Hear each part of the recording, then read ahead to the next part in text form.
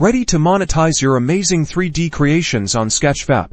Let's get your PayPal account linked so you can receive payments hassle-free. First, head over to Sketchfab.com and make sure you're logged into your account. Then, look for your profile icon in the top right corner of the screen and give it a click. A drop-down menu will appear. Find the settings option. In that menu it usually looks like a gear icon and click on it.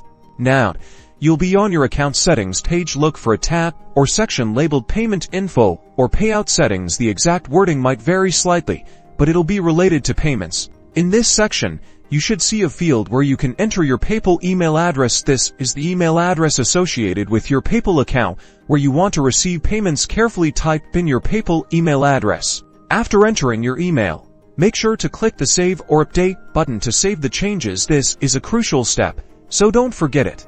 You should then receive a confirmation message on the screen, indicating that your PayPal account is successfully linked, and that's it. You're now ready to receive payments for your amazing 3D models on Sketchfab.